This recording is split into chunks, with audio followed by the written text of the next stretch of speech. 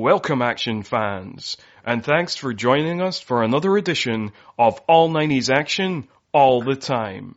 And it's a very special edition as we're kicking off our All 90s Bond mini-series, where we look at the three 90s Bond films, starting with 1995's Goldeneye. I'm, of course, your host, Scott Murphy, and joining me on this Bond adventure, we have my regular co-host. You know who he is. He's a screenwriter, a comedian, and a rogue spy. It's Mr. Craig Draheim. Hey, Craig. If I want sarcasm, Mr. Murphy, I'll talk to my children. Thank you very much. That's a good one. That's a good one. It's not what I expected to pull from, but yeah, okay, well done. Plus, we have a very special returning guest in the form of 90s expert, wine connoisseur, and a man who always knows how to make a big entrance. It's Schwitter, Brandon Schwitter. Hey Brandon, welcome to the show. Hello, I am a sexist, misogynist dinosaur, and I just wanted to use my Connery voice before we talk about Brosnan. Hi everyone. Hey, that's not a bad Connery voice. I like it. Thank you. I'm sure we'll get more Connery voice as the episode goes on. Now, on to today's film, which was released on the 17th of November, 1995. Oddly for a Bond movie, it was released in the US before it was in the UK on the 24th of November. It was directed by Martin Campbell, who would also go on to direct The Mask of Zorro and would return to the Bond franchise with Casino Royale, and as well as directing many other things. Some great, as I've just mentioned, some not so great, like The Green Lantern. The screenplay was co-written by Jeffrey Kane, who would also go on to write The Constant Gardener, and Bruce Firestein, who would rejoin the franchise for Tomorrow Never Dies, The World Is Not Enough, and apparently also wrote 4 Bond video games. Oh. With a story by Michael France, who is best known for his work in comic book films. He wrote the screenplays for the likes of The Hulk, The Punisher, Fantastic Four, and a movie we've already covered, Cliffhanger. Obviously not a comic book film, but just a movie we've covered. Critically, it is currently sitting on a 7.2 out of 10 on IMDb, 80% on Rotten Tomatoes based on 83 reviews, 65 on Metacritic based on 19 reviews, and it has a 3.5 on Letterboxd.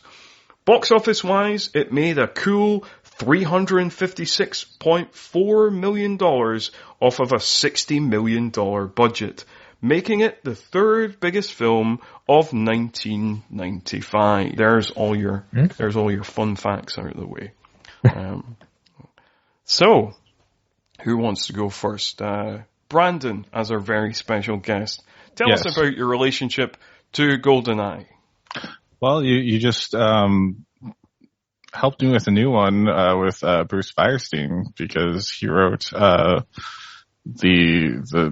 the games for Everything or Nothing, From Russia with Love, and the terrible remake of Goldeneye. So now I know why some parts of Goldeneye I don't agree with. But Goldeneye, so, my age, Goldeneye was the first Bond movie to be released when I was alive, I think, technically. I don't remember exactly when.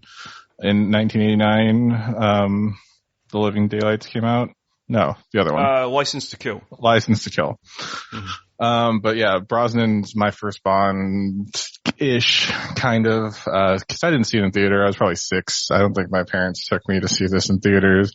But in the US, we had, not Spike TV. Was it Spike TV? That was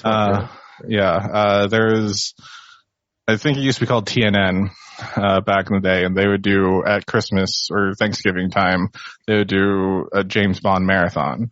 So all the James Bond movies would be on TV. So then I would naturally watch Goldeneye, because that's the one that I was familiar with, having a Nintendo 64, and the game GoldenEye 007, which came out 2 years after this film. And Craig? Yeah, so I'm in the similar camp where I think Pierce Brosnan was my first Bond. And I know I did see it in theaters. I remember it being kind of one of those where I'm sure I watched other big movies at that time, but that this was the first where it was like a huge kind of the realization, I guess, of a huge blockbuster movie. With all the different landscapes or the different whatever it may be. But yeah, and then it kind of just grew because it pops up on television even to this day a lot. And then the video game, of course, it was, everybody was playing it, and it was just kind of for Nintendo 64. It was one of the biggest games, and so that's how I connect to it. And I think, for Pierce Brosnan, even after the Daniel Craig, or even after I've seen other ones, I'm kind of in that boat. I feel like people are with Batman of a certain age, where they're like, their Batman is Michael Keaton or whoever, where like, oh, Pierce Brosnan is James Bond. And that's just what it is. Everybody else is just kind of, and it's not even because he's the best Bond. It's just, that's who I associate with it. Mm-hmm. Yeah. Okay. So I think because like in the UK, basically Bond would be on like any bank holiday Monday or any like kind of any time you were off school, Bond would be on. Not so much in the kind of summer holidays, but like if there was a bank holiday or like particularly at Christmas, Bond movies were all kind of always on over the Christmas period. So this wasn't the first Bond that I saw, and I didn't see it at the cinemas. It's the first new Bond that I was aware of, because I remember like it coming out, because I'm slightly older than the two of you. I was born in 1985, so 2 Bonds had been released in my lifetime before this, but because they were released in 87 and 89, I wasn't really aware of them.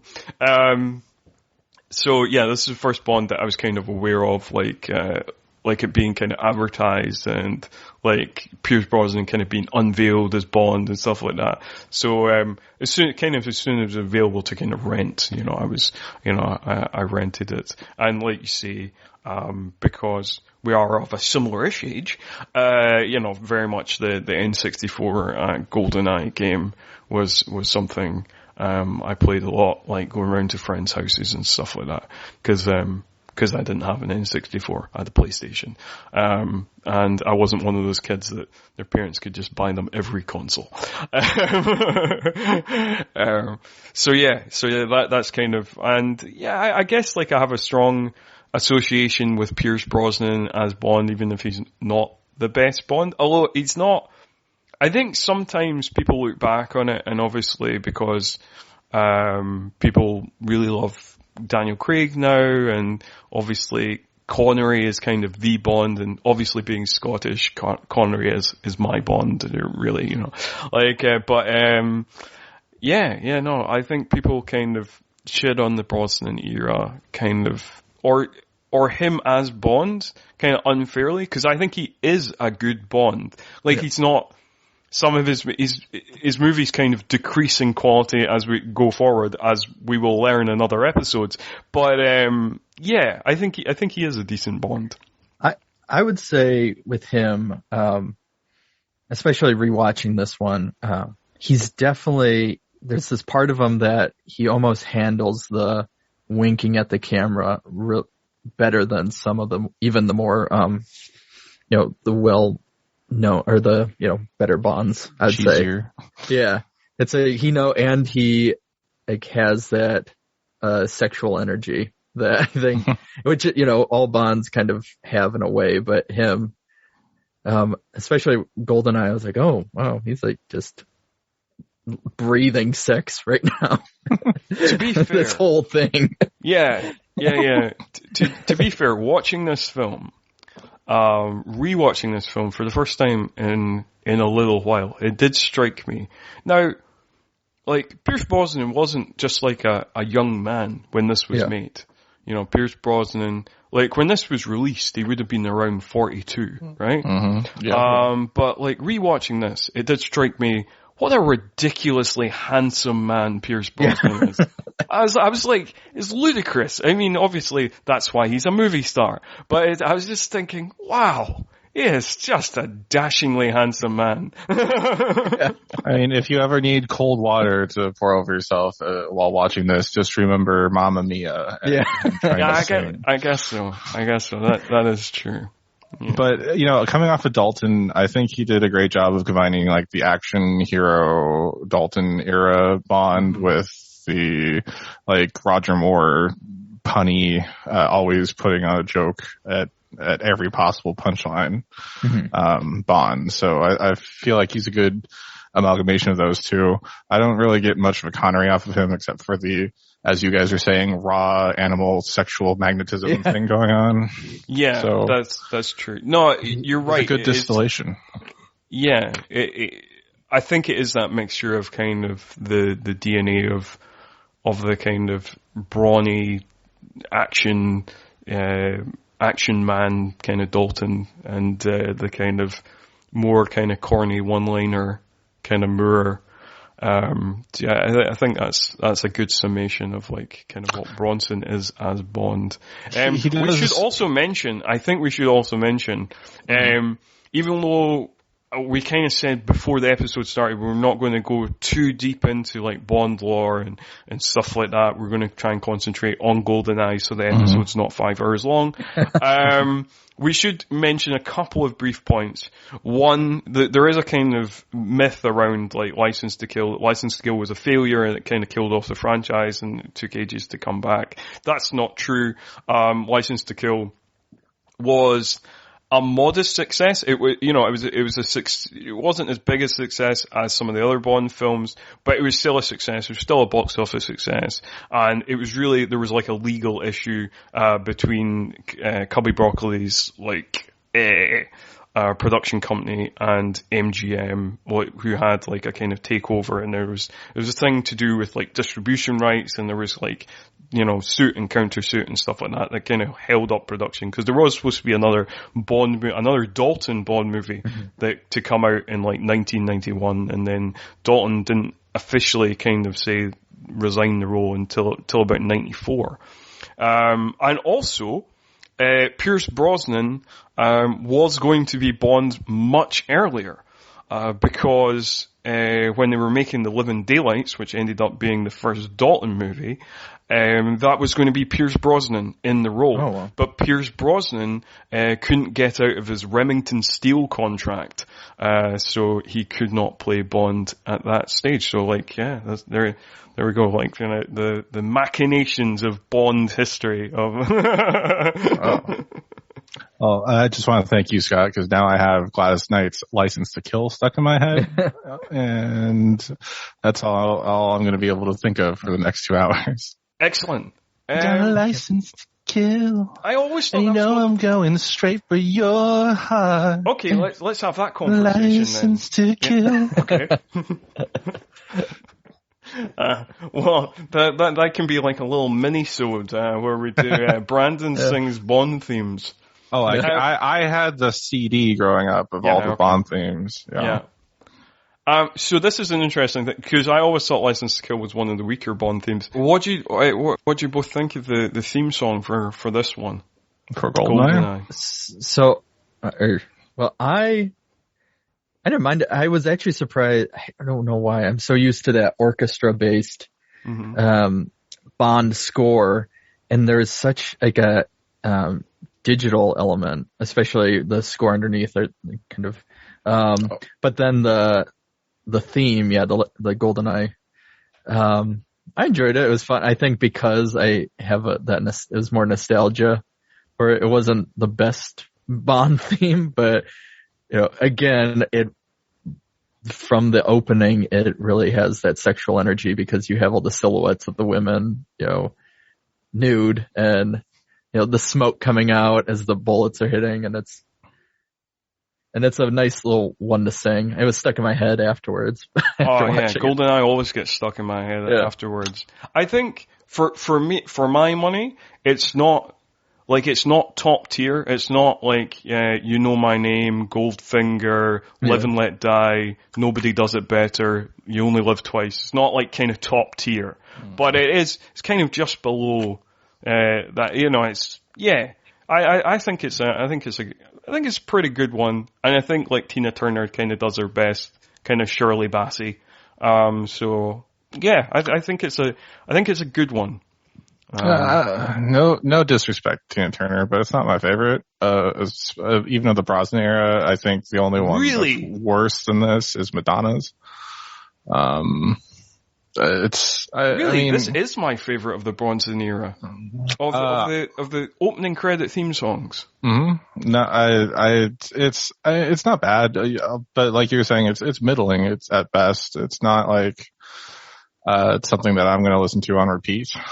I've listened to it a few times this week. Like, what would you say is the best of the Brosnan era? Because, like, I think like they basically decrease in quality as they go on.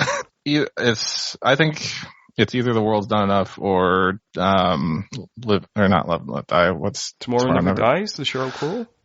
Cheryl, that one gets stuck in my head. Okay. I think it might be that one. Of the Bronson era, this is the one I listen to most. Actually, I think it's The World's Not Enough because it's more orchestral. Yeah. Okay. I mean, and I'm sure we could save this for that episode. But, I'm sure we could. Yeah, we'll discuss the theme songs of each Bond movie as we go, because the theme song is an integral part of the Bond formula is the theme song. I think. Craig brought up a good point. The gun barrel scene for the intro of the movie, the James Bond theme is like weirdly techno in that part of the movie, and it really threw me off. I'm like, what are we watching? Like The Matrix or something? Like, it was very 90s techno influenced Bond theme for this part. For some reason, when I first heard it, like, wait, is there something wrong with my audio? Yes, me too. I didn't remember it being all like, because I knew Moby did a version of the Bond theme song, and I think it was for Goldeneye, or it's for one of these four, and I'm pretty sure it's one of the first two, because it's also on that CD that I was talking about. Yeah. So this might have been the Moby version of the James Bond theme song. Okay. But bad. It's not good. Yeah. As someone that doesn't like letting the bass drop. GoldenEye does have quite a weird score. There's kind of like a kind of industrial kind of feel to it. There's a lot of techno. Yeah, a lot of techno, electronic, but a lot of kind of that kind of, you know, an industrial kind of those kind of metal clanking sounds like that. It's got a bit of a strange score. The last thing I wanted to talk about, the theme song, is now you hear this theme song, and do you have any thoughts when you hear this theme song? When you hear the lyrics, do you have any thoughts? Goldeneye. Yeah, I could not. Sorry. Goldeneye. Nope, I can't do it. Goldeneye. So here's the thing. I always wondered, did they commission the theme song before they wrote the movie? Because the theme song suggests that Goldeneye is a person, and therefore you assume, it's probably like the villain of the movie, and that Goldeneye. Spoiler alert! No, it's a fucking satellite laser. Like that's what Goldeneye is. Not the main villain of the movie, but very much in the song. The song lyrics: Goldeneye, I found his weakness. Goldeneye, heal, do what I please. Goldeneye, no time for sweetness. But I better guess will bring him to his knees. Yeah, but there's also, you'll never know how I watched you from the shadows as a child. You'll never know how it feels to be the one who's left behind. Like, you could see how that's like a satellite. You'll never know the days, the nights, the tears I've cried. It's cold in space. There's condensation. Yep. Yeah. Okay. No, you've made the argument. Okay. Well, we're all convinced now that. I mean, I always assume in every single Bond theme song that they're singing about James Bond or the villain, I guess, but. No, because like Goldfinger, they sing about the villain. Man with a Golden Gun, they sing about the villain. So like, when the first time I heard this, what about You Only Live before Twice, I saw the movie, I thought they were singing about the villain. That's fair. Is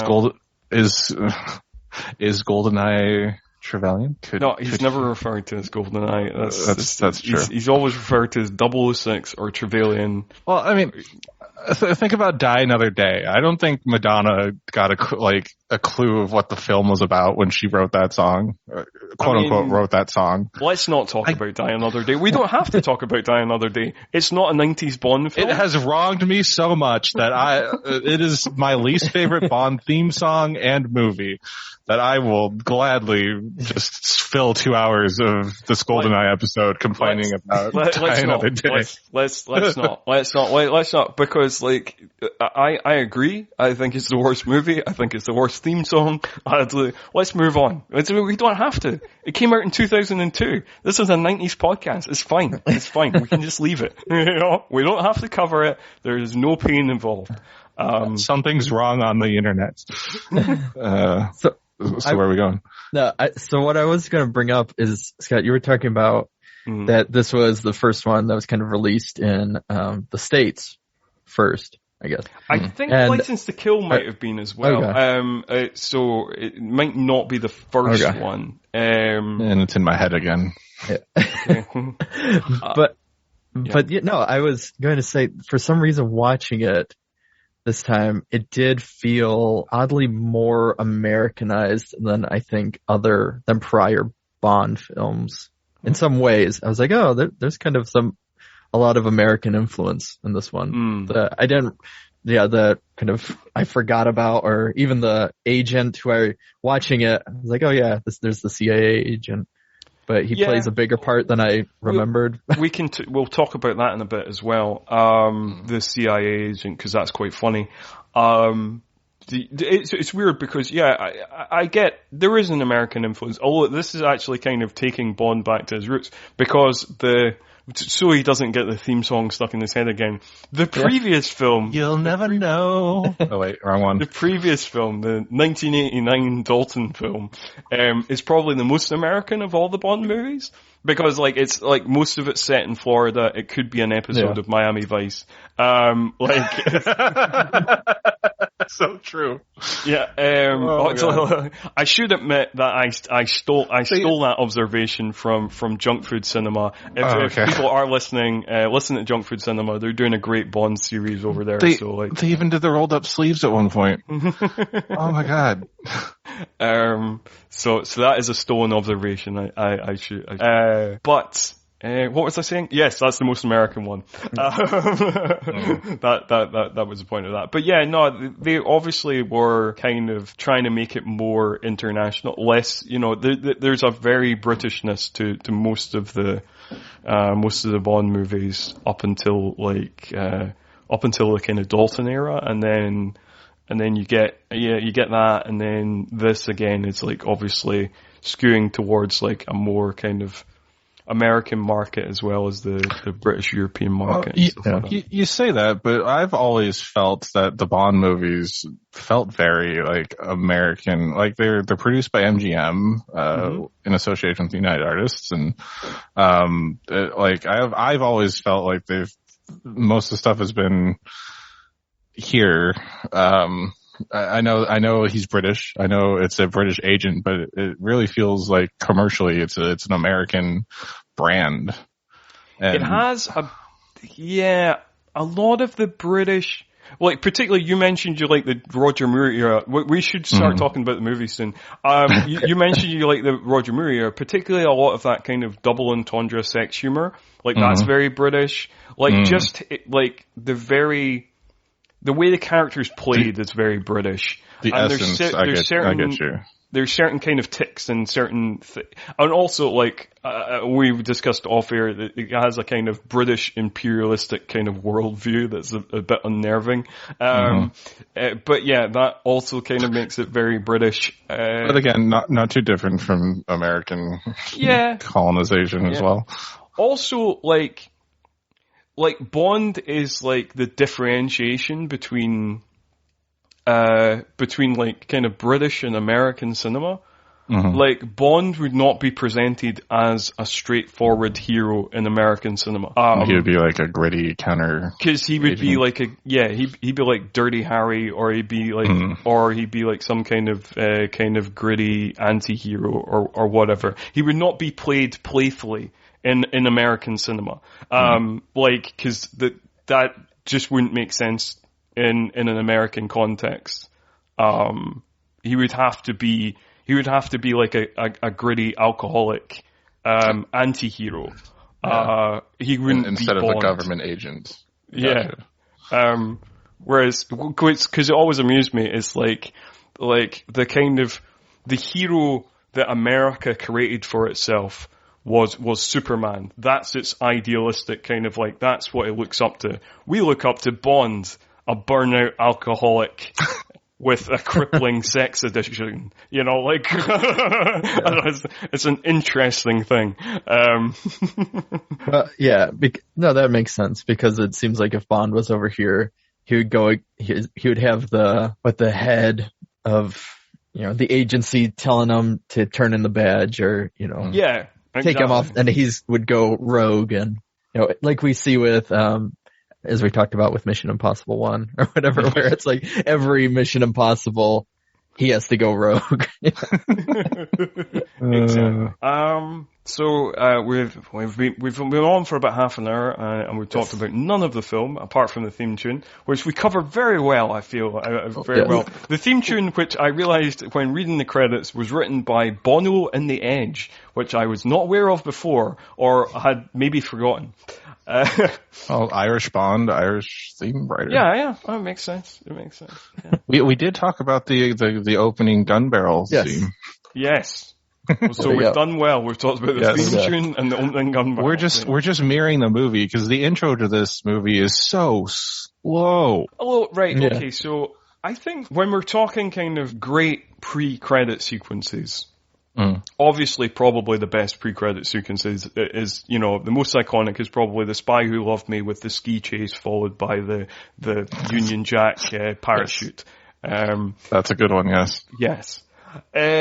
So that's probably kind of top of the mountain, but that's pretty good it's maybe, like you say, it's maybe a little slow, but the initial bungee jump in this is pretty cool as a stunt. That's pretty cool. Yeah. That grabs you into the movie. Well, and I agree. And I mean, again, I don't know if it's probably is the nostalgia speaking and the video game itself, but this is one that is always stands out to me, because it has the plane. It has 006, that whole stuff, but so it's not the best I've seen, but for some reason, when I think of a opening credit Bond, like a pre-credit Bond sequence, I think of this one for some reason, because I've seen it so much.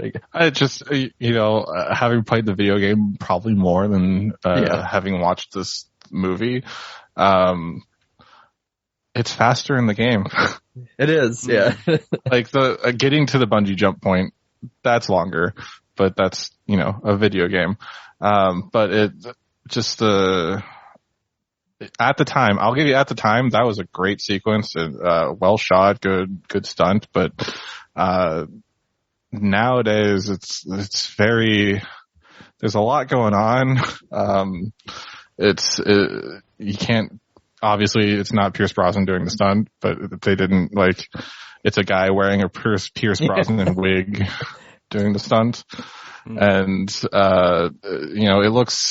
it feels a little dated, but I guess it was 27 years ago at this point. 27? Did I do my math right? Yeah, 27. God, we're old. Yeah, no, we are. It's okay. That's why we have nostalgia podcasts. So young people don't have such things. Yes. Anyway, I think overall I do still like the pre-credit sequence, and I think that it kind of quickly establishes, or maybe as Brandon's indicating, not so quickly establishes, the tone of the film and what we're doing. Like, because I know that we kind of skip to the present day after this, because it has a kind of thing of like 9 years later. But we're trying to get into this weapons facility that's like a Soviet-run weapons facility and stuff like that.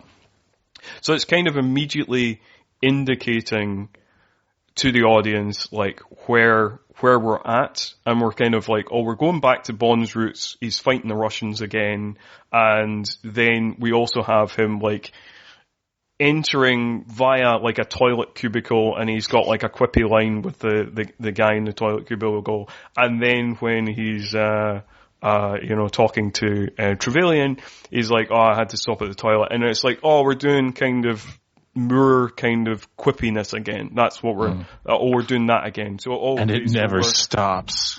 So, yes. It's I mean, we're it's all quips. The screenplay is just all quips, which I don't mind. I don't mind that.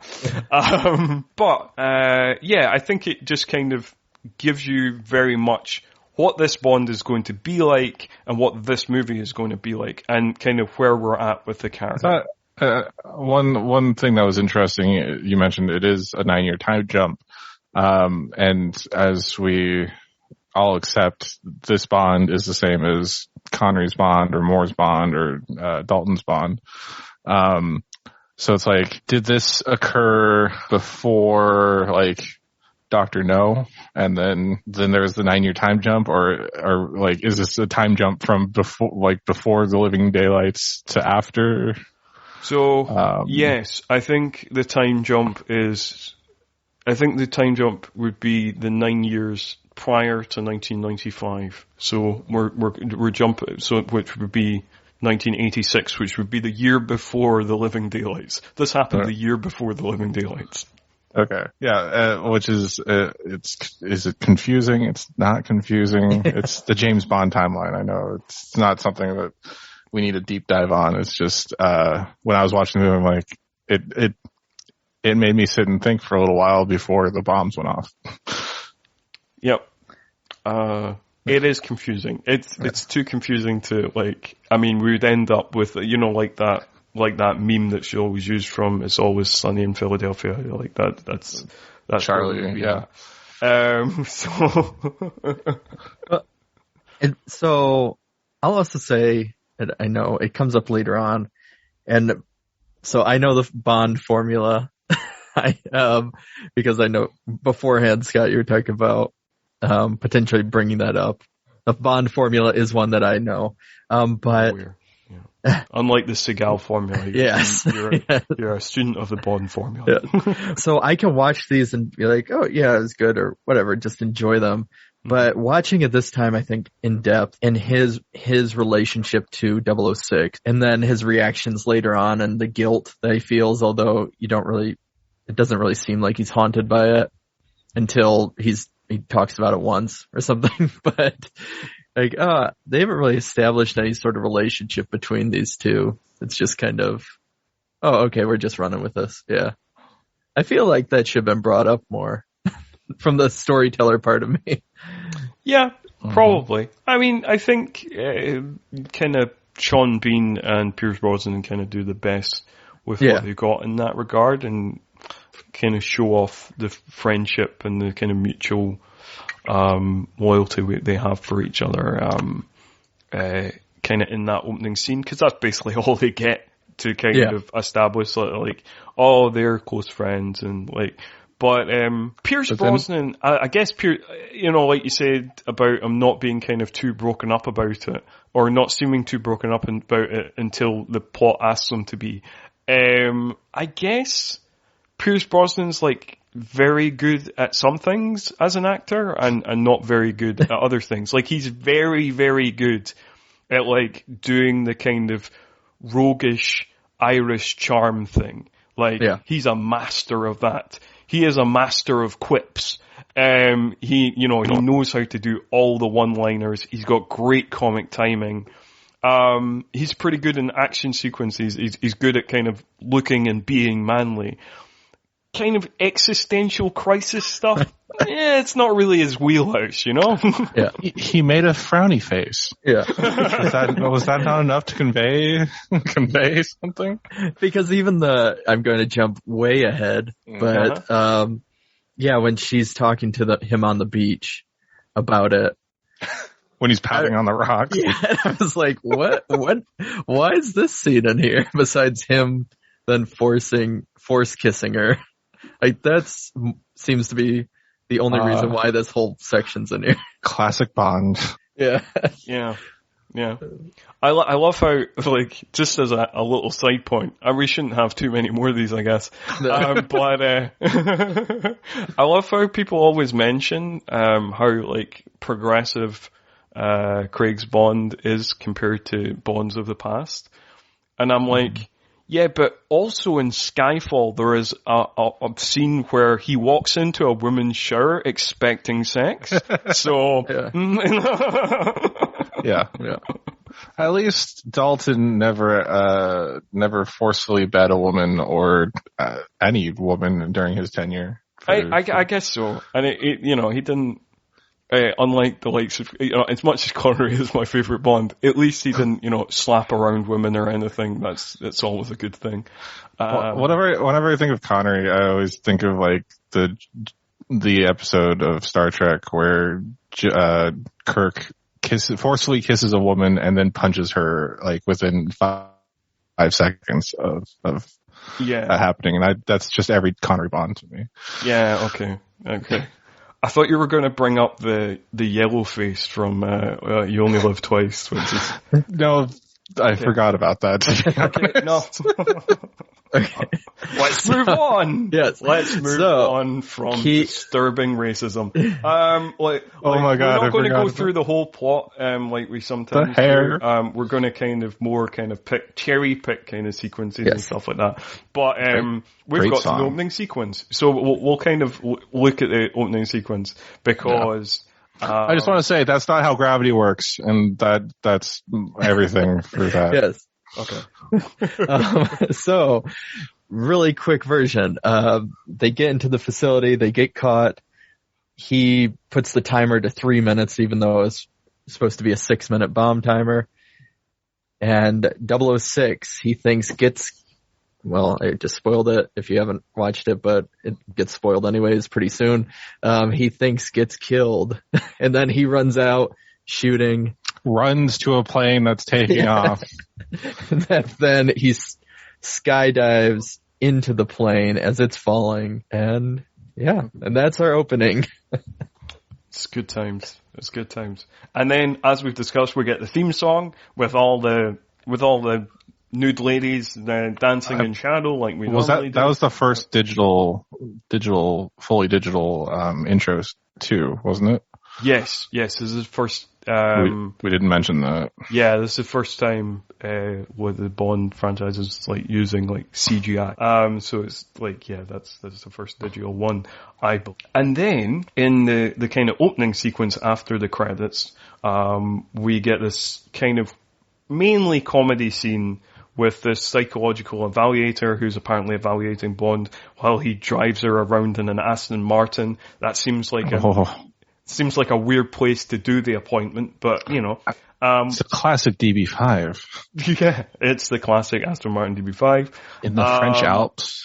And then we have like a race with Xenia Onatopp. Which he hadn't been formally introduced yet, but they have some glances back and forth, and basically race around, and it looks like they disrupt the Tour de France. Basically they fuck up the whole of the Tour de France. All the cyclists fall down as they're racing around these Monaco roads like mad people. And, despite the fact that the psychological evaluator for most of the trip seems unimpressed by Bond, she is immediately seduced by a bottle of champagne, which is odd. But this is a Bond film, so we're just going with that logic. So, with Onatopp, what's interesting though, I guess. Yeah, is you have to say it with a question mark and a raised eyebrow. Onatopp? On the top? Yeah. This is one of those moments where because I haven't seen besides, this one in clips, and I forgot her name. But all the older ones. How could you forget her name? But so I've seen a similar Bond-like film, Austin Powers, a lot more. And watching this, I was like, oh, wait a minute. I thought that was for some reason in my head, like, oh, Austin Powers is making it so farcical. Like, oh no. Nope, we didn't. It was pretty similar. Scott, would you like to inform Craig who the main woman of Goldfinger was? The main henchman woman of Goldfinger was Pussy Galore. Yeah. Also, the main love interest in The Spy Who Loved Me was Agent Triple X, and yes. And Octopussy is a character in the film Octopussy. Yes. Upcoming for The World Is Not Enough, we have Christmas Jones, who I believe, I'm sorry to spoil 2 episodes from now, but Christmas comes more than once a year, apparently. But, so I realized this watching. Which is a line from the movie. And I was reminded, but for some reason all of this stuff keeps going out of my head with all these Bond movies. That I was like, I had to reintroduce myself to it. Oh yeah, that's a thing. Okay, we gotta keep going now. Yes, that is very much a thing. Ridiculous female character names is very much a thing. And as I said, every time we say her name, we have to say it like that. Onatopp. But she is probably one of the,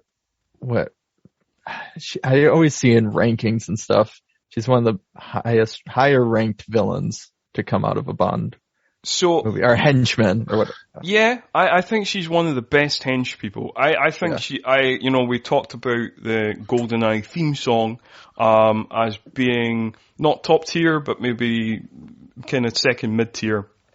Very much Onatopp is top tier hench, like she's right up there with like your Rosa Klebs and your Odd Jobs and your Jaws. Like she's high up. Yeah. For my money. And that's because of Famke Janssen's over the top commitment to the character. Oh boy. Also, I like until recently I didn't realize that she played or that's the same woman who played in the X-Men movies, Jean Grey. Never put 2 and 2 together, and it's been like 20 years. And it was just like, it was recently, I'm just like, huh. Because, she is very different from all the other roles she was kind of cast in around that time period, yeah. Right? Like, I've never seen her try to scissor someone to death in another movie. That is true. But like there's some great edits as well.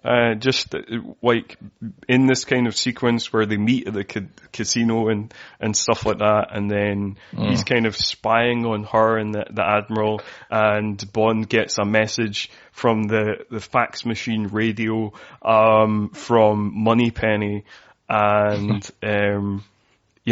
I think they make a reference to being kind of on the top of things, and then immediately it cuts to like Onatopp sleeping with the Admiral and kind of roughing him up.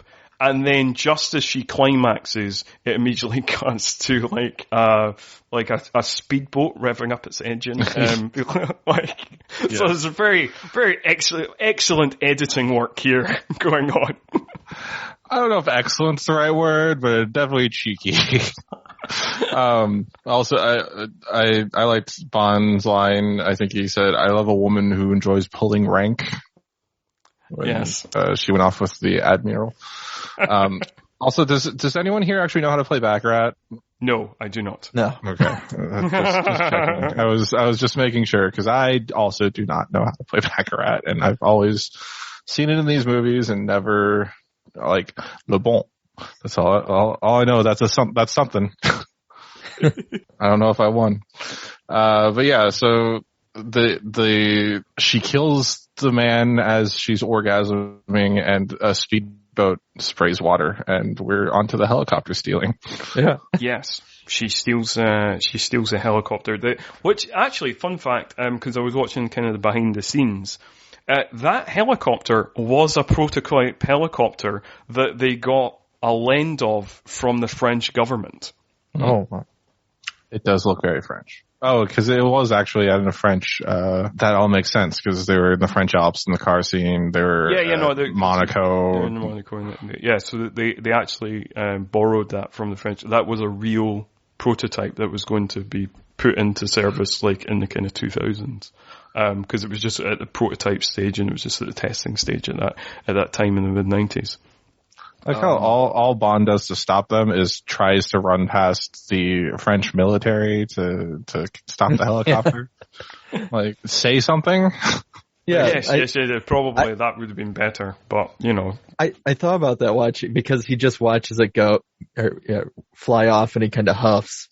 Yeah. Why don't you say, hey, somebody stole your helicopter? You've got to understand that Bond is a great action hero. He is a manly man. He can fight anyone. He can, he knows how to shoot. He knows how to, basically get out of a sticky situation. So he's a great action hero, but he's a terrible spy. So that's too spy-like for Bond. I thought hey. I thought you were going to say this iteration of Bond can only speak in puns and witty retorts. So that is there was nothing. There was nothing he could say while the helicopter was flying away to make any sexual innuendo.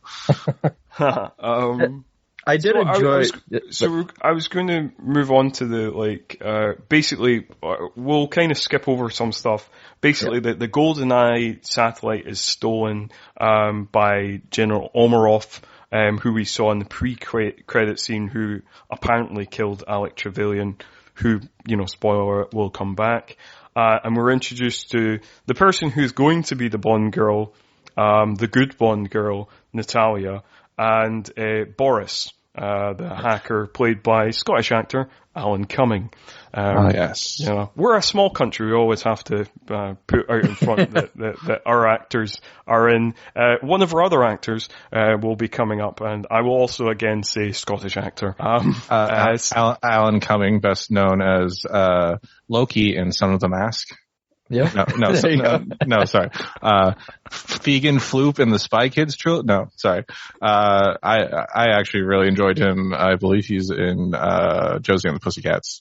He is? Oh yeah, he is. Yes. Yes, indeed he is. And I think he does a really good job here, for what he's got, kind of thing. Like, his character is fun. Basically, he's got his catchphrase, "I am invincible," and that's kind of fun.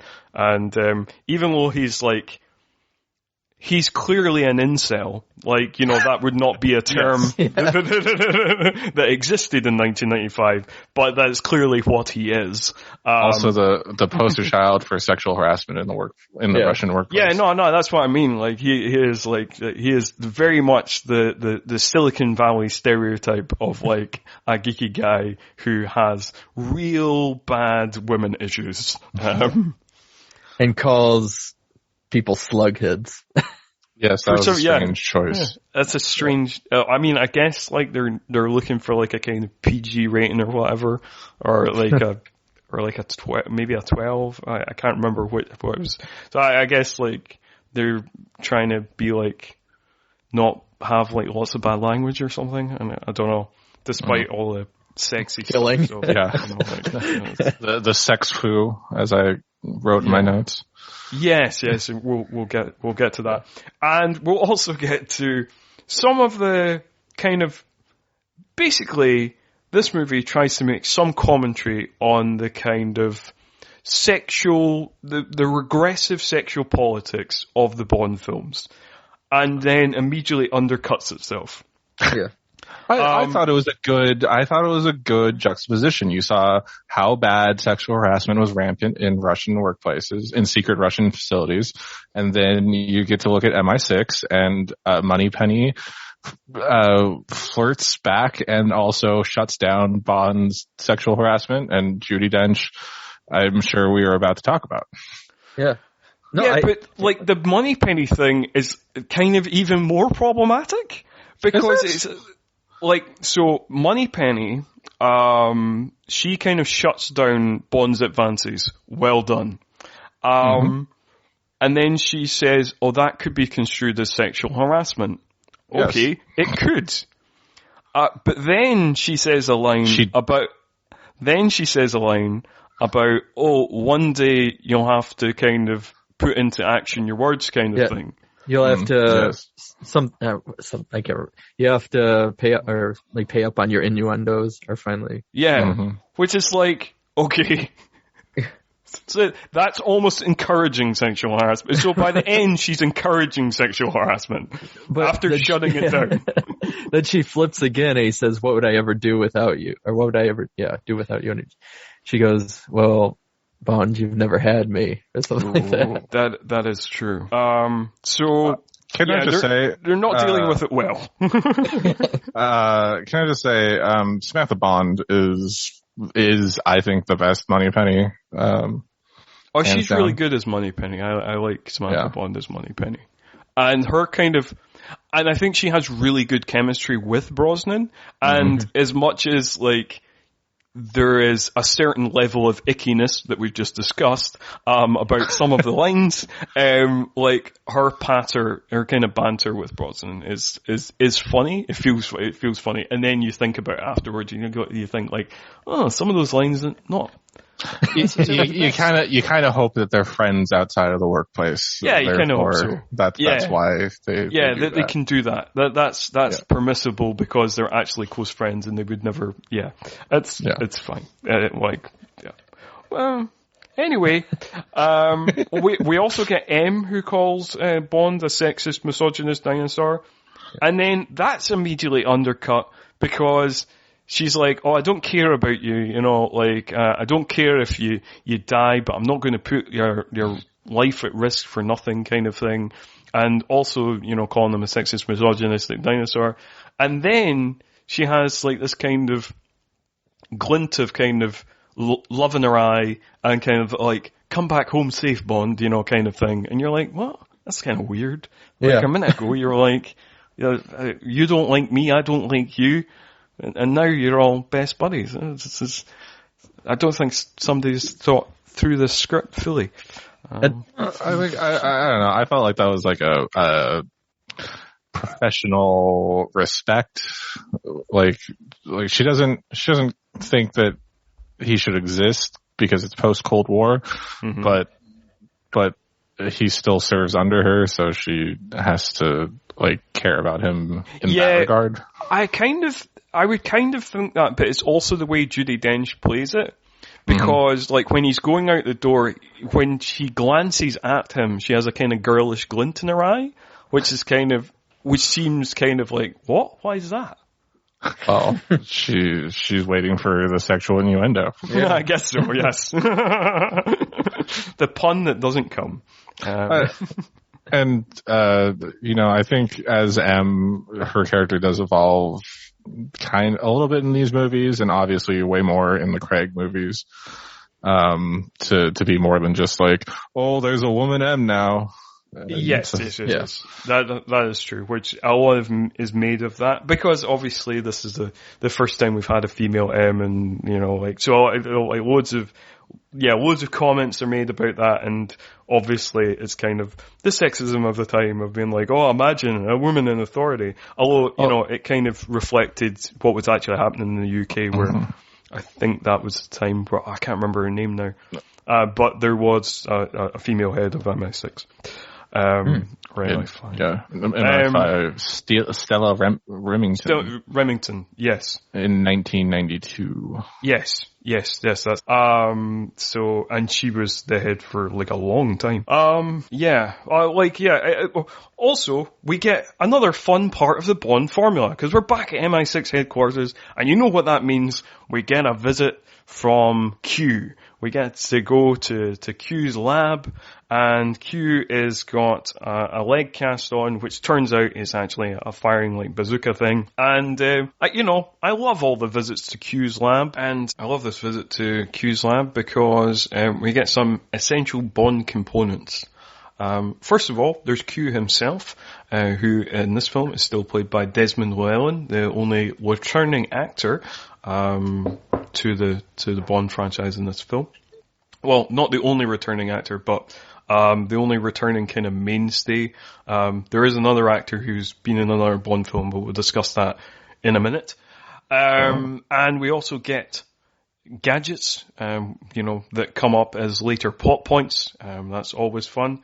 And another essential Bond component, product placement, because we get a nice rundown of a new BMW car, and also in the background we get a BT phone box. So obviously British Telecommunications was one of the sponsors of the Bond film this time. We get one of the other sponsors in a later scene, but we'll discuss that later. I know which one you're talking about. Was that a Z3 or an M4? The Bond car. I can't remember because the Z3s came out around that time too. Mm-hmm. And I probably should have Googled it before I came here.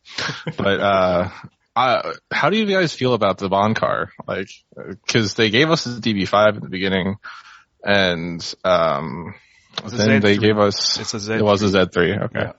Yeah. And those were just getting onto the market at that time, and were like they became super popular for like a span of 10 years or so. But looking back on them, those sucked. That's not a Bond car. That's a Mazda Miata. Yeah, it's not a kind of iconic Bond car, is it? I mean, I guess I always associate it with like the Aston Martins and stuff like that. So like, time dilation. No, I thought the Bond car, I remember, I guess as you were saying, Brandon, seeing them a lot as kind of, a fancy car during the time, but then, I think it didn't really age as well in comparison to, the other Bond cars that really pop up. It's just kind of there, and it doesn't seem like they spend a lot of time with it either. It's just, yeah. I don't remember if I know they use another BMW in the next movie. I don't know if it's a Z3, but, they're like, oh, there's Stinger missiles behind the headlights, and we never see the Stinger missiles. Yeah. In action. I'm pretty sure throughout the Brosnan era they had like a deal with BMW. So I think he drives BMWs. I think Brosnan drives BMWs throughout his kind of tenure. The fourth movie he has an Aston Martin again. He has a fourth. Oh yes, that's right. Because of yes, I can picture the finale now. Yes. But I think in the 90s ones he has all BMW. Yeah, all BMWs. Yeah. I think maybe it is like a kind of time thing as well. Yeah, 90s cars had a particular look to them. That's true, but like also like what you were saying about it looking kind of, being like a kind of posh fancy car, where like it doesn't, now it doesn't seem quite as posh and fancy. It seems more of like a kind of high mid-range car, if you know what I mean. Mazda Miata. Yeah. Yeah. So it doesn't feel like, looking back, I think at the time when I was a kid, that seemed like a luxury car. But now looking back, it doesn't seem like a kind of, luxury, like an Aston Martin does, or like, like Ferraris or Lamborghinis do. You know what I mean? Yeah. So yeah, I think there's that as well. They kind of looking back on it. Also, wasn't that like the Gap era where Ford owned most of Aston Martin, and like there wasn't? I think so. I feel like there wasn't many Astons produced in those years. Like maybe a DB7 was built, but not a lot of them. So it's like, what are you going to stick Bond with? You got to give him something that's like, you're not going to give him a Lancia. Yeah. Yeah. That's true. You got to give him. Yeah, that's true. Or Lotus. I was trying to think of something made in Britain, but yeah. Yeah. I mean, they have given the underwater car was a Lotus. Oh, yeah, that's true. So, damn it, we said we weren't going to talk about the whole franchise. We've done terribly at this job. It's hard to isolate this from the whole. It's like saying, let's stare at this one dot and not look at the whole painting of an expressionist. The one that Cameron Fry stares at. Yeah. No, I mean, it's very true. And talking about that, just after we have our little visit with Q. Oh, wait. My favorite line, my personal favorite line of any Dalton movie, or not Dalton movie, Brosnan movie. That's my lunch. Yeah. Where he picks, don't touch that, that's my lunch. Picks up his sub sandwich or something. Yeah. Also, I just love, it's one of my favorite things in all Bond movies, when Bond is just like fucking around with stuff, and then Q kind of disapprovingly goes, "Pay attention, Bond." Pay attention, 007. The exasperated sighs. Doesn't allow him rip to the max. I love Desmond Llewellyn. He's a great actor. And, it was, obviously he sadly passed away and could no longer play Q and was taken over. But, So, no, that's very good. I like the thing about the lunch. But, talking about things that kind of coincide with other things in the franchise, we get introduced to a CIA agent character, Jack Wade. And, Jack Wade is played by the actor Joe Don Baker, who, and this is kind of cuts against the kind of Bond being all one person, because rather hilariously, Joe Don Baker played the main villain in The Living Daylights only 2 films ago. So, have you not read my fan fiction where they were separated, they were twins separated at birth? Yeah.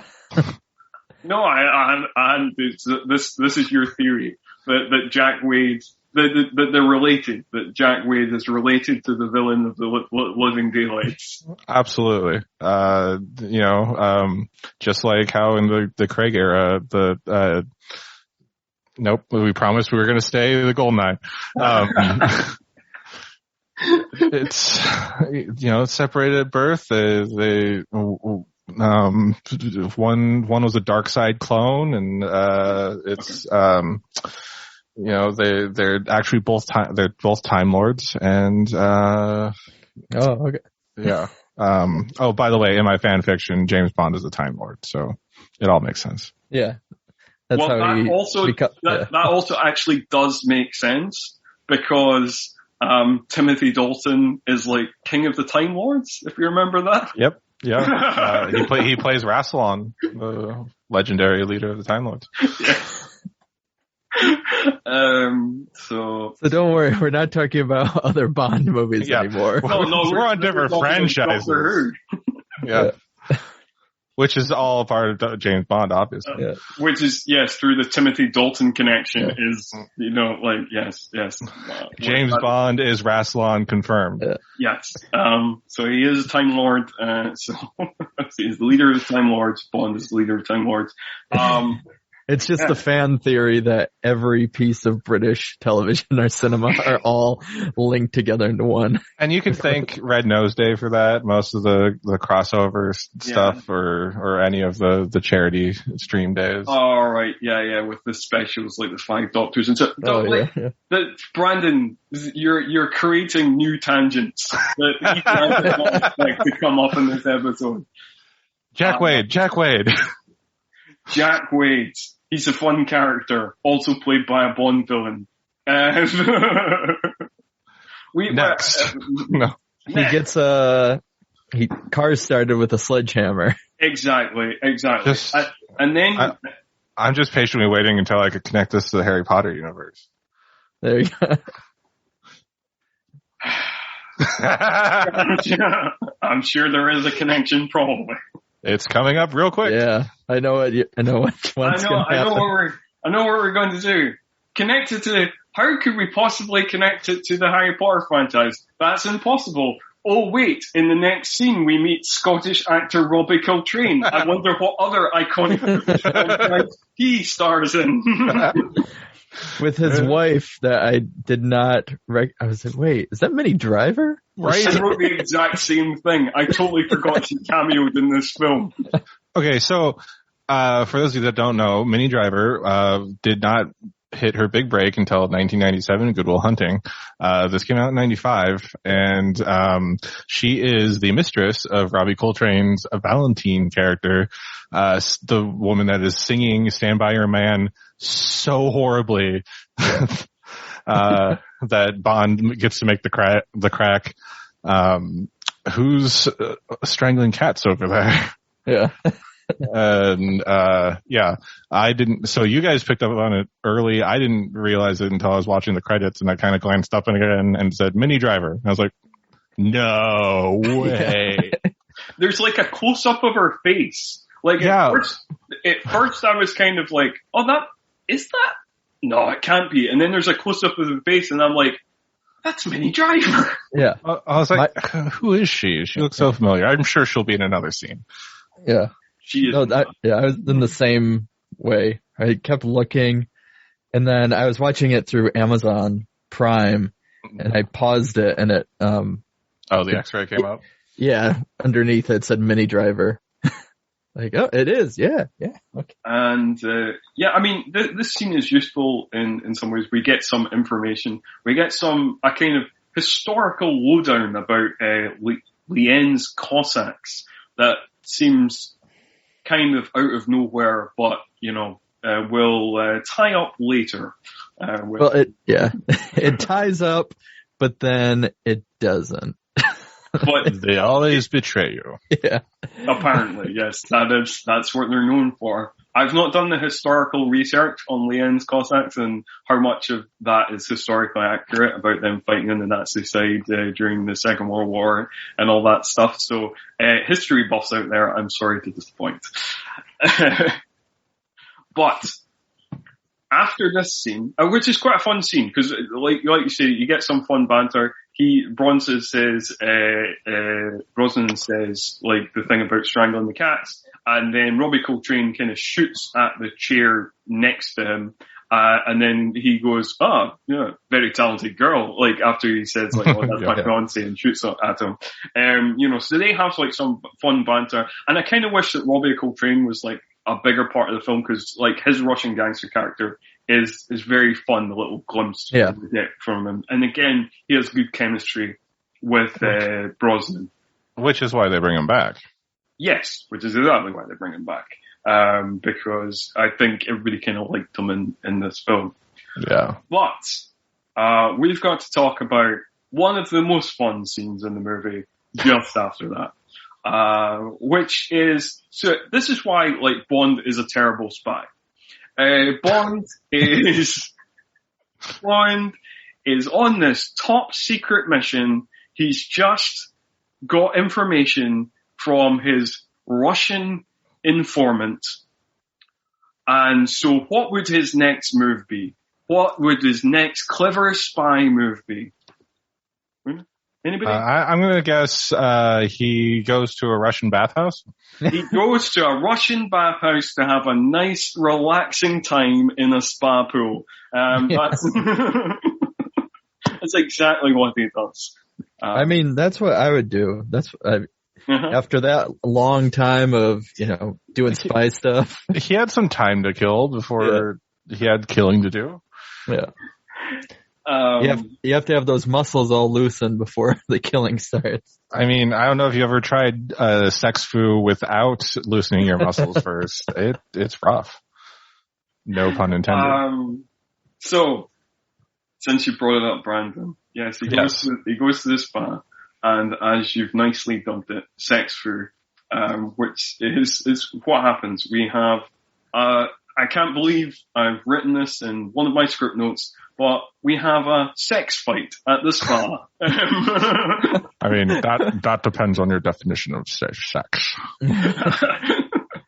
Well, and what's interesting, so in my head, seeing this but not returning to it after a while, I thought they actually hooked up, but no, it's just this scene. Mm-hmm. And then, so he's trying to break away from her. He's fighting her, but then he's also kissing her too. Like what's going on here, Bond? Do you not want to, or are you enjoying this part? Yeah, I'm not sure. I mean, I think this technically counts as progress because, there's a common trope in Bond movies. Like, if this was an older Bond movie in, the 1970s, what would have happened? There would have been a sex fight, and then there would have been actual sex. And the power of Bond's penis would turn the woman from a villain to a hero. That's what would have happened. Whereas in this one, he slams her against walls, and then someone tries. She has one extra henchman. Was her plan to not kill him with sex and just actually have sex with him and have her henchman kill her or kill him? Because he throws the bucket of hot water at the other henchman, which clearly knocks the other henchman out for the entire rest of the time. And he burns her on the hot grate in the sauna type room to get her vice grip off of him. Yes. I mean, if anybody found these script notes, they'd be like, what is going on? It's written down here, sex fight at spa, stroke, burns her arse. What's clearly happened is a PA for Austin Powers and a PA for Goldeneye bumped into each other with loose scripts, and then they just kind of pushed their papers back together, not realizing they swapped a few scenes. And then that's how it made into the movie. That even goes into what I was going to say with the next scene when he gets captured. He is captured, I count 3 or 4 different times by somebody who knows James Bond. And it goes back to the Austin Powers of just kill him. Yes. But he doesn't. There's a few points later on where I'm like, why is Ourumov, the Russian bad guy, the general, yes. Why is he not just shooting Natalia? Yes. I gotta remember these names. Natalia. Why is he just not shooting her? Why is he taking her in a car? Yeah. Because they wanted her dead anyways. It's not like... Exactly. She is the loose end. Yeah. That is true. There is a certain flaws in the kind of... I mean, this often happens in Bond films. Because we get, more funny banter between Onatopp and Bond, where, she's like, oh yes, once again, the pleasure was all yours. And then he very roughly karate chops her in the back of the neck. With his gun. Yeah. So, there's kind of small steps towards progressiveness, but at the same time, he just bashes a woman in the back of the neck to knock her out. I guess we're supposed to think, oh well, she's a heartless killer and stuff, so it's okay. Or progress. Or progress. And then, yeah, basically, instead of Trevelyan, who is revealed to be like, oh, he's the actual big bad, he's not dead, by the way, as we've already flagged up. Instead of him getting Bond killed, he has Bond knocked out by a kind of like knockout dart, and then ties him into a helicopter with Natalia. And this is the first time that Bond and Natalia meet. We've done a very bad job of telling Natalia's story in the film. She made St. Petersburg. She borrowed some computers, and then Boris found her, and then she went to a church, and then she got picked up by her and Xenia. Xenia. Done. Xenia. Yep. Xenia Onatopp. Done. We are caught up on her story. Yes. Yes, we are caught up in this story. I should mention that rewatching this, I did think Natalia was a stronger character than I remember. I always imagined her as like one of the really weak Bond girls, that's completely overshadowed by Onatopp, but which kind of is. But at the same time, she's more of a, she gets more to do, and she, even though she is kind of like kidnapped constantly and stuff like that, like a lot of Bond girls, she does have a kind of part to play, and she does kind of have quips back and stuff like that. And she's just a better written and stronger character than I remember. She's not one of the best Bond girls, but like she's not one of the worst either. I think she was definitely stronger up until they rescued her from the train. And then from that point until she took the helicopter back at the end of the movie to once James. Once they have sex, I agree. Once they immediately, like, they escape the train and the explosion, and she immediately goes from "Who the hell are you?" to "Hey, wanna bang?" That was the moment where, like, that was such a quick turn. Yeah. It is such a quick turn. I mean, it's much like the psychological evaluator at the start of the movie. She's kind of tutting, and then immediately he opens up some champagne, and it's like, oh, okay, let's have sex. Oh, James. Yeah, especially when not a few moments prior to that, he said, she's the next woman to win Onatopp's racing them in the... Yes, Ferrari. Like 5 minutes ago, where she was like, oh, right, yeah, okay, this is how you treat women. That's horrible. And she makes a face, which is the appropriate reaction. But then immediately she forgets that, because Bond knows how to neuralize women, apparently. Time Lord. Yeah, Time Lord. That's the timey-wimey thing. So they get captured, they get out of the exploding. I did want to mention though, because I think it's worth mentioning as well, because it is a common trope that we've come across in this podcast, that in the 90s, you get to be, in an action movie, you get to be a strong female character for the first two acts, and only the first two acts, and then in the final act you become like a kind of damsel in distress or whatever. Generally, that seems to be the way female characters go in 90s action movies. Well, and this one, it's like it tries to remedy itself by having her do the codes. Yes. In the final bit, but then it really doesn't work. I don't know. Like it tries, but it fails at like keeping her as the strong female character. So I guess we should cut across to probably the most remembered scene of the movie. I think this is a scene that kind of everybody remembers, or that everybody remembers, like from the trailers and all the kind of things you saw on TV of the tank rampaging around St. Petersburg. And I did not realize, again, you were talking about Bond being a bad agent, how destructive he is. Just running over civilian cars with people obviously in it and just destroying everything. Oh, that's another classic Bond trope. Yeah.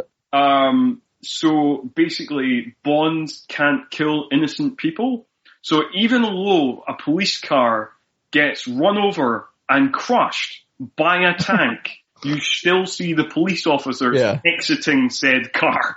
Yeah. That was impressive, especially after he spent the previous scene killing every single Russian soldier just trying to do their job. Yeah. Well, I think there's certain, in the Bond worldview, there's certain people who are viewed as innocents. True. So within the Bond world, yes, you can't kill police officers, apparently. That's because they were just doing their job. I mean, military personnel, fine, that's okay. But police officers, no. Bond, it's a strange logic, but it is what it is. And also because you had noticed the other bit of major product placement in the film, Brandon, you can tell us about that. Yes. So as the tank is rampaging through St. Petersburg trying to catch a single car, it plows through a pallet truck of Perrier sparkling water, which I'm pretty sure they do not have in Russia. No, I'm pretty sure you are right. But obviously one of the official sponsors of Goldeneye, so we got to get that Perrier ad in. Which was just so weird to see. It's like, why would you want that being your, why would that be the moment you want people to remember from the movie with your advertisement? It's like, have him order a Heineken instead, right? Yeah. That's a reference to another Bond movie. Yeah. I think it used to always entertain me because it used to happen in movies less. Very much the Bond franchise is the forerunner of product placement in blockbuster movies, whereas all blockbuster movies kind of have product placement nowadays. But, when I was a kid, it was I think Bond does it the most hilariously because other blockbusters try to hide it, but Bond always does it in a kind of weird ham-fisted way of kind of what's that you've got? Oh, it's the brand new Sony laptop, is it? Yes, it's super high powered, this Sony laptop. It's like a Wayne's World. Fun fact about the 90,000 cans of Perrier that they drove the tank through.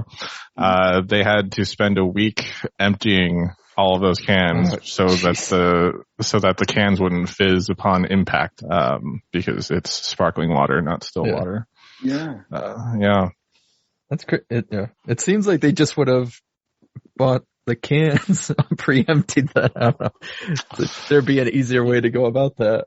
You'd think that, but then Pierce Brosnan got to bathe in the 90,000 water or 8-ounce Perrier cans. Yeah. That's what the spa pool was made of. Yeah. the sex fight scene. Yes. That was part of his contract. Absolutely. I bathe only in Perrier water. So the tank ends up, they get away and he sees them get onto a train, which then she meets 006, who talks about how him and Bond used to share everybody, and he tries to force himself upon her. And she takes strawberries. Yeah. Until out of the train tunnel, we start seeing the tank creep up. Yeah, so I did put in my notes. Is Alec implying that James and him regularly had threesomes? That seems to be the implication there. Yeah. I was reading it more as sloppy seconds, but sure. Maybe at the same time. You never know. They were brothers. They were very close friends. I was like, okay, so this is the tank showing up. This is another part of the Time Lord lore. The tank is a TARDIS because there's no way he could have driven the tank because he saw the train leave Yeah. There's no way that he could have driven across St. Petersburg to the point. Oh, by the way, welcome back to Brandon's. Brandon's geography corner. I was thinking Yep. that. Yeah. Yes. There's no way that you could drive a tank across St. Petersburg to block a train. Let's say 10, 15 miles out of the town in a random tunnel. Because if they were by the watery parts of they were by the watery parts of St. Petersburg. There's no way he could have beat the train and got in front of it by the time they got to anywhere that was that rural. So thank you for part one of today's Brandon's Geography Corner. Next is Brandon's Physics Corner if we ever reach the end of this episode. We shall do. We shall do. Yeah. I don't know. It's not looking good. We will endeavor to do that. Don't worry. I mean, like, because we've got a lot of this one chat out of the way, on the next episode, like, Tomorrow Never Dies and World Knows Not Enough, we'll actually discuss probably just purely the films, I guess. I disagree. Yeah, no, okay. Objection. And that's why Brandon was not invited back. Yeah. So, like, my point, like, logic point was less to do with that. I mean, there's certain things I just accept in action movies of being like... That a train, that a tank can... Yes, of course, you know, all the kind of... Teleporting tank. Yeah. The teleporting tanks kind of stuff, all those kind of logical flaws. I'm like, it's an action movie, whatever, you know, like these things happen.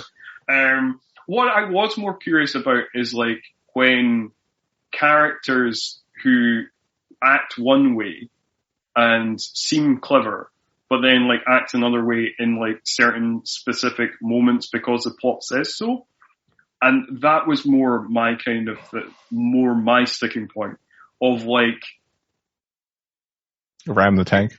Basically, yes, they go to ram the tank.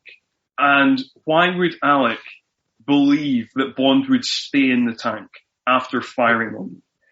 Well, that's I mean, it goes with even beforehand of working with Bond regularly, and he just keeps letting him live to talk more. You know, it feels like, as much as I like the villain of 006, he's not a good villain in the same way that Bond is not a good agent. But I guess, all James Bond villains are the same in that sense. I guess so. And I guess, but those things are more the things I get hung up on, of, 006 in some ways always seems one step ahead of him, and in other ways, just seems like an idiot.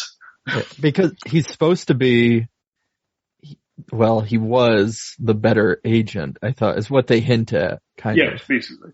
Yeah. I think the charitable, nuanced look at this is that Bond really messes with Trevelyan's head, especially since he's been fuming over the fact that Bond set the timer to 3 minutes instead of 6 for the last 9 years. So Bond is his weak spot, and a very charitable excuse for the writing staff is that Bond makes Trevelyan blind to more logical things, which even happens towards the end of the movie.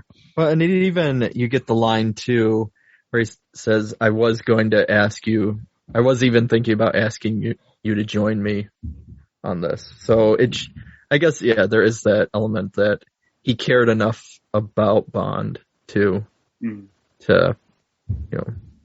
ask him, even though got those unresolved things going on. Also, in my notes, I said, you can't ram a tank, ellipsis. And then the next note is, I guess you can ram a tank. And then the one after that is, how many bullets are in that single AK-47 that Bond took from the interrogation center? Things like that never bother me, because I always, it's the same in Dirty Harry movies where it's how many, or what. How many bullets did I shoot? Yeah, exactly. Or you feeling lucky, punk? I don't know why I'm using a weird, creepy accent for Clint Eastwood, but sure. Or if you've ever seen like those kind of like those Second World War movies from like the kind of like late 60s, and stuff like that. The kind of stuff like Dirty Dozen and Where Eagles Dare and stuff like that, where there's just firing machine guns for like hours, and you're like, oh, what? It's the same machine. You've never run out of that magazine. It's like anyway. So basically, they are able to. I'll move the plot forward. To Cuba. Let's just go to Cuba. Yeah, we go to Cuba. They have sex. One question. One question. Did you guess, at what point did you guess chair? Because I guessed chair back when Boris typed the password in. Me too. Yeah. I thought it was going to be something trickier. I was like, no, chair seems like a very easy answer. So I'm not going to, obviously it couldn't be chair.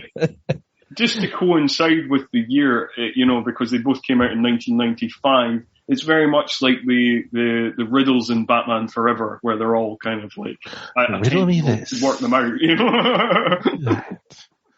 And afraid of the big black bat. In theory, you could take a chair with you somewhere. That's true. Yeah, but normally if it was a folding chair, So you weren't that smart, Boris. You didn't think that through. I guess so. We already did talk about the part where they immediately hook up after the. Yes, we talked about the broody beach scene, which is really pointless. I did forget one thing. While he's like brooding on the beach, the first moment when she walks up to him, it's just a shot of her crotch. Yeah. Oh yeah. Like from Bond's point of view, you're just staring at her crotch. And I'm like, why is this shot? Yeah. And then it made me think, what is the age difference between Timothy Dalton and Isabella can't say that last name. And Natalia, it's 18 years. So I cringed at all the Bond love until we got to the next action scene. Yeah. So they meet the CIA agent again, who says that they're not going to, or there is no satellite. I guess here's some plot points. Hey there, Jimbo. Yeah. But keep it under, well, he says 600 feet. Natalia says 500 with the plane if you want to scope out Cuba. And then we get into brooding. Also amazing. So I think this was the most classic Bond moment when they're in that like Cessna light plane that they're flying. Cause you could see it's like old school blue screen and they're just like in a cockpit, kind of just like a static cockpit, and the camera is definitely like moving around them, and they're just like lean to one side and then look out the other side, and it's just like it looks so bad. This is 1995. Jurassic Park came out in 92. 93, excuse me. It just looks so 70s. Like that entire scene, and I loved it for that reason. But also, if I didn't love Bond movies, I'd be like, why does this look so bad? Because they spent all their money on the tank scene or something. But Perrier sponsored that. Yeah. Sorry, I interjected. Tangent over. So they, he's brooding about 006, and she kind of talks about boys' toys or men with guns, and then she goes to leave, and he force kisses her, and then they have sex. And that brings us to them flying around. Yeah. I think like, I did want to mention as well, like you mentioned there about the age difference of like, she was born in 1970, he was born in 1953. So that's like 17 years, which, looking back on it seems kind of gross to us or whatever, but like that was like the standard. Like, like at the time, like a leading lady was frequently like 20 years younger than her that's leading true. man. Like that just was accepted at the time, kind of thing. And pretty in line with most of the Bond girls up to that point, anyway. Oh yeah, and some of the later kind of like the age differences between some of the women in Roger Moore's film, particularly like the young ice skater in For Your Eyes Only. She looks like barely out of her teens, and he's like in his 50s, and it looks real creepy. which they lampoon really well. If you've never watched Archer, I think it's a season 2 or 3 episode. Right. They do like that exact thing where it's like it's a 16-year-old Austrian girl, and they're in like they're in the snow, and Archer's like, she's coming on to me. I don't. This isn't. You guys got to believe me, and it is very funny to see that flipped in a non-creepy way. Yeah, that's the one? Yeah, where he somehow ends up naked too because yes. And she also ends up naked at one point. Yeah, and so he's holding her to keep her warm because they're in the snow. Mm-hmm. Yep. And everyone's just like, "Oh, come on, Archer." Yeah. I did like one of the kind of little moments that I wanted to mention, just because I think it's fun, because I think it's just like put in there by the director, is when Jack Wade and Bond and Natalia are having that conversation about secret satellites, and Natalia says, "Oh, it's just like you have those secret transmitters in New Zealand," and New Zealand seems like a random stretch until you realise that Martin Campbell is a New Zealander. Just thought I'd throw that in there. Have you seen any of those secret satellites? I have not seen any of the secret CIA transmitters that are apparently dotted around this land. But maybe they're in the South Island, who knows? Yeah. That could be. I just wanted to say, in my notes, I wrote, the jungle level in GoldenEye 007 sucked. That was the one where Onatopp's like at the top of the tower with the drone guns, or not the tower, but like you have to climb up to where she is, and she always just kills you with the stupid guns before you. Which go ahead. No, I was gonna say for the movie, because I remember the game, and then watching this movie, I was like, oh, this fight's really quick. Yes, same here. Yes, it's much quicker than I remember. I kind of thought it was, in my head, it was much more drawn out. And the other thing that I kind of wrote in my notes that I thought was kind of weird is when they crash the Cessna and both Bond and Natalia pass out, and then Bond wakes up, and then he wakes up and he's kind of blearily eyed looking at the helicopter, and it feels like a Vietnam War movie moment. I was like, a little Saving Private Ryan moment. Yeah, or something like that. I was thinking more like kind of Apocalypse Now, kind of, when like, visually like that, but just like in the days, like, that one scene from Saving Private Ryan. But yeah, and then he just watches as the woman with the thighs comes barreling down at him, or rappelling down at him. Which is where I noted she really loves killing people with her thighs. Yeah. She does. She does. Also, we should have mentioned, actually, Famke Janssen, as we have already mentioned, is amazing in this film, and the sheer commitment and glee she reads every line with is great, and like all her kind of get-ups are really fun as well. And one we should have mentioned when it happened, but I forgot about, was like when they go to get the GoldenEye satellite, and with General Omarov, and General Omarov types in his code and stuff like that, and it all seems very official, apart from the fact that Onatopp is wearing a completely skin-tight leather military uniform that makes her look like she's walked directly out of a Berlin sex club, rather than any sort of military unit. That's a good point.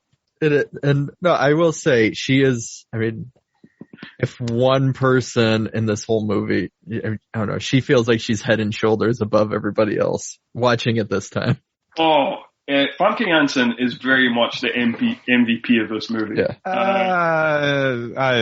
I disagree. Robbie Coltrane stole the show. No, like Robbie Coltrane is great. I really like Robbie Coltrane in this, and I can see why they brought the character back because it's a cool character. But no, I'm giving my MVP award to Famke Janssen. Craig, you're the deciding vote on the most valuable player of Goldeneye. I mean, since I said it, I'd have to say, yeah, Onatopp. I mean, I'll give you the dedication to the role and the over-the-top like commitment to the character. Great, but at the same time, she's very one note. I guess so. Whereas Valentine had some depth and some humor, and I secede to your guys' MVP nominations, but I just had to get that in there. Okay. That's I'm not what she said. Okay, I can definitely understand your position, but at the same time, she is kind of one note, but it's like I say, it's the gleefulness and the committedness to the performance. Yeah. Every line captivating, with a smirk, and it's just like you can't take your eyes off her. And then she gets unceremoniously strangled by an exploding helicopter. Because she always did love a good squeeze. I always loved that line. I think. That might have been the tipping point. Like, I was like, if you have one more like that, Bond, I am going to put this into the Roger Moore bad territory of Bond films. Oh, dear. So, after she's killed, we find out that the satellite hasn't been tracked because it's under basically a big lake.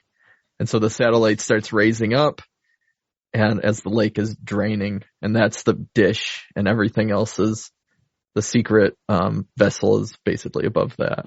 Or not vessel. Which, again, when the lake is draining and the satellite comes up, that does very much feel like a kind of classic Bond, you only live twice, underground volcano layer type, stuff. That feels very Bond. But at the same time, that's actually the Arecibo Observatory, which is a radio telescope, or it used to be, in Puerto Rico. And why would you need that big of a satellite dish to reach the Goldeneye? Like the satellite dish they had at the facility in Sarajevo, was that where it was? The Russian city that they're in, where the first. It was. I can't. It was in Siberia. Sarajevo was in like Bosnia, so totally different. It's something with an S, and I apologize. I apologize to everyone for getting that wrong. But either way, you Americans and your lack of knowledge of European geography. I knew it sounded wrong coming out of my mouth, but it's their satellite dish was nowhere near the size of the satellite dish used at in Cuba. Why? What was the purpose of the giant satellite dish? Because it looks cool. Pretty much. It's pretty okay. All right. Yeah. And then, does anybody want to explain? Craig, you're a good explainer. You can explain to the audience what 006/Alec Trevelyan's dastardly master plan was. That was written on the back of a fag packet. Yeah. So he is going to use the Goldeneye. He's basically going to rob the Bank of London. Bank of England. Bank of England. Take all the money, then use the Goldeneye, and it will send England into the Dark Ages, while also kind of erasing any, also erasing any evidence of him taking all the money. And, all of their financial information, their criminal records, everything will just be completely wiped out because of this, the Goldeneye. And that's basically it. And Bond even calls him a petty thief. And Yeah. that's And the whole thing. That gets his goat too. Yeah. Yes, because he's not just a petty thief, he also wants to start a global recession by taking out one of the main stock markets of the world. Yeah. And All Boris, the while. yeah. Yes. Yeah. No, go ahead. Go ahead. No. And then, Natalia is basically reprogramming and sets it up and puts in new codes. So the satellite is now crashing into Earth and Boris has to fix it. But because of his ego, he wants to do it himself because obviously she's only a level 2 programmer and he's Boris. And he is invincible. Oh, and at one point, he accidentally picks up Bond's pen instead of his. Which it's the pen. I don't think we mentioned it, the pen itself. With 3 clicks, it arms the bomb. With 3 clicks, it kind of unarms it. So he has this nervous tick where he flips the pen around as he's trying to figure out these codes and he's clicking randomly. And so Bond, as the gun is to him, with the number 4 time that he probably should have been killed, but 006 just lets him live. Bond is cautiously watching how many times Boris is clicking that pen. And finally he kind of messes up and he does the clicks and drops the pen. And I did want to mention there that Bond movies are generally better at being action movies than being spy movies. So they're generally better at like action set pieces as opposed to suspense and tension. But I think they do wring out the tension of the pen bomb thing quite well in that scene of the kind of glancing back and forth between looking at Boris and then cutting to close-ups of Pierce Brosnan's face and stuff like that. Agreed. Yeah. And since they accidentally shot some sort of fuel canister earlier, gasoline has been spilling throughout the facility, and Bond manages to knock the pen into one of those gasoline pits as it explodes, causing the entire place to explode for some reason. Yes. Because it's an action movie. Yes, of course. Everything explodes in it. Everything is flammable and explosive in an action movie.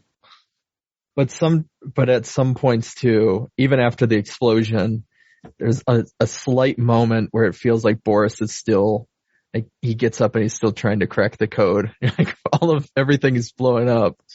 Like, how would these computers be working anymore? Well, he is invincible. Yes. Indeed he is. So they escape into an elevator and get to what the video game refers to as the cradle. Yep. Which is the middle part of the radio transceiver on the observatory or the satellite dish. So it's kind of suspended in the air.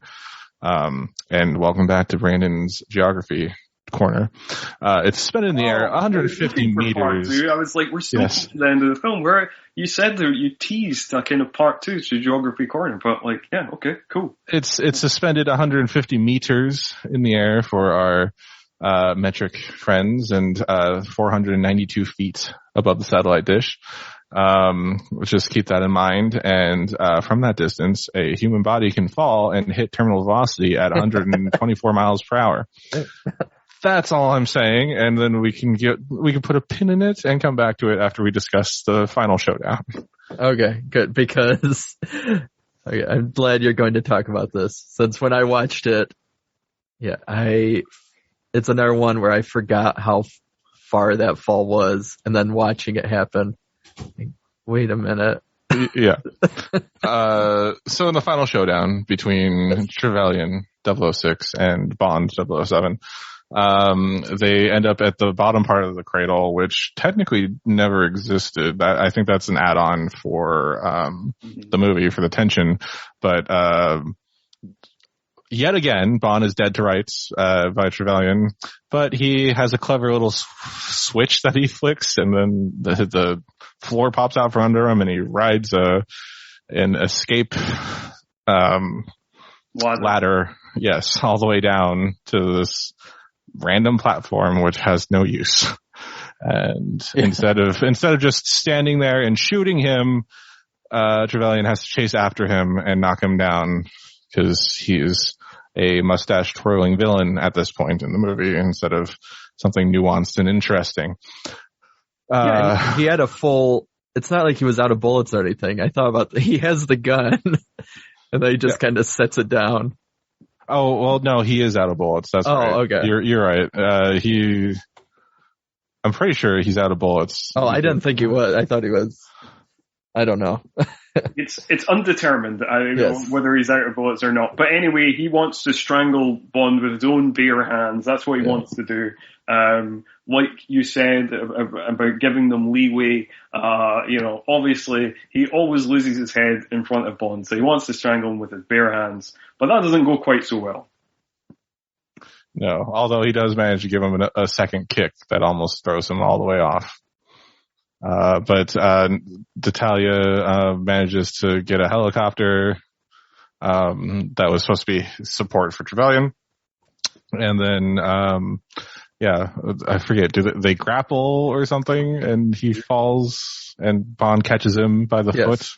Yeah, and it seems like Bond is going to save him or something for a second because, and then 006 says for England. For England, James. Yeah, and he goes... Which is a callback to the start of the movie where they both say, for England, yeah. And go on with the mission. That was their bro language. Yeah. Exactly. But there's no, for me. And then drops him. Yeah. 150 meters or 492 feet, more or less. Where again, he would have reached terminal velocity before splatting against the ground, which, he does and survives. With just a bloody nose. with like a bloody nose. I mean, I assume a broken back or something because he's not moving, but, he's still like coughing and like alive by the time he's at the bottom of that thing. And there's no way in heck, unless he had some way to stop his drag, which you see the ragdoll that they dropped, does not. It just kind of looks like he got the wind knocked out of him. Yeah, pretty much. It was like, that's a 150 meter drop. It's a 500-foot drop, more or less, and he would not be alive. But he's alive enough to see the entire cradle fall on him. Yes. And then he's dead? ? No, I think he is dead at that point. It is just one of those things of like, we have to have a hilariously over the top villain death, and it is. Even though it makes no logical sense whatsoever. And like, when he kind of coughs and kind of like he's been winded or something, at that point you are kind of, he's about to get up. Yeah, even though I'm quite happy to suspend my disbelief in lots of things, like with the earlier tank stuff as well. But even I was like, really? It's like, he should be very, very dead. But it's still quite a fun, it's still quite a fun thing. And then we get one last ironic, I am invincible! And then, Boris gets covered in liquid nitrogen and, frozen to death. Yes. And then we get one last scene where we get the typical kind of Bond and Bond girl. They're in a tryst. They're about to have sex outside. But then they're interrupted by CIA agent Jack Wade and also a group of Marines who were pretending to be bushies. The entire time. Not helping Bond or anything, just pretending to be bushies. Which apparently Bond, the secret agent, did not notice all of these Marines as bushes as he was just in the middle of what is like 30 men. Or did he? Oh, yeah. Possibly he did. Possibly Bond likes an audience that. Yeah. So that's a staple of this era of Bond, I think, because at least the ones that I remember, that they're trying to at least get in contact with him at the end of the movies. Yeah. And it's like that scene in The Fifth Element where I think the one that always sticks out in my mind is the end of Moonraker, when they're like on the kind of camera on the like space shuttle, and he's basically getting on with Roger Moore is getting on with the Bond girl, and I think it's M says, "Bond, what are you doing?" And then Q goes, "I think he's attempting re-entry." So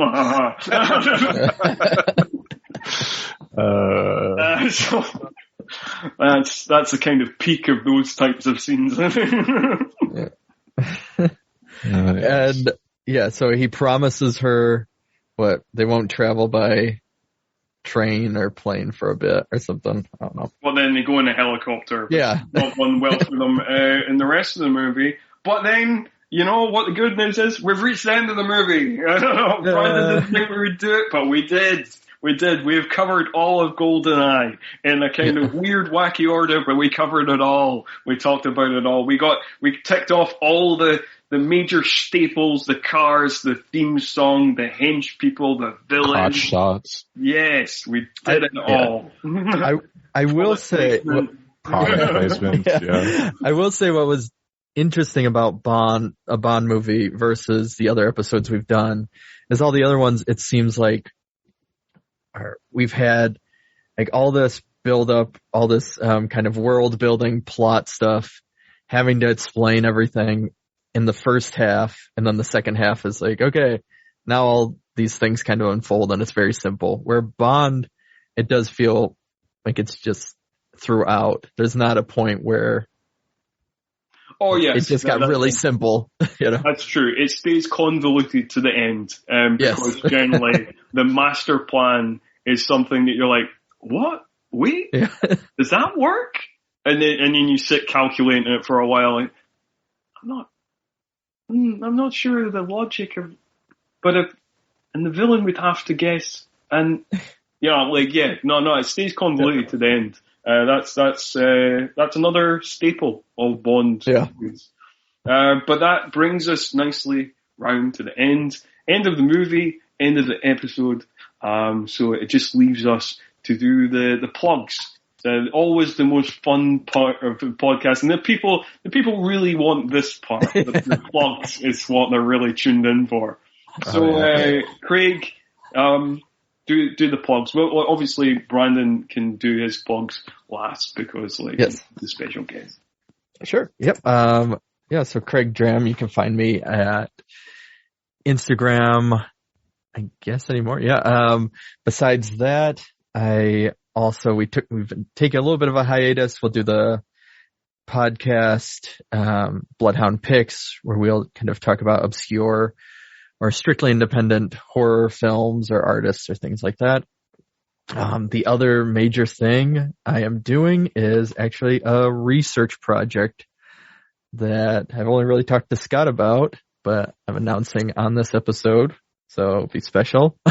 I'm doing a research project on kind of offensiveness and mostly dealing with comedy, but also there will be some talk about horror and and I've made social media for that called Guilty Animals, and that's Instagram, Twitter, and all the other ones. But yeah, so if you want to follow that process of understanding comedy offensiveness in the modern age, then cool.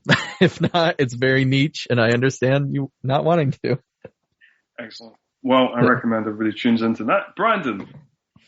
Hi, my name is Brandon. I host a 90s comedy nostalgia podcast called Namely 90s, which comes out every week on Mondays. And you can find us on Twitter and Instagram at Namely 90s with a 90s. You can find my personal account at bschwitty on Twitter. And, we're on all major podcasting platforms. But if you are lazy and should like to just type in a URL right now, just type in namely90s.com/listen, and you can find it on your platform of choice. Also, I do some streaming, right now on twitch.tv/Somtendo. That's SOMMTENDO.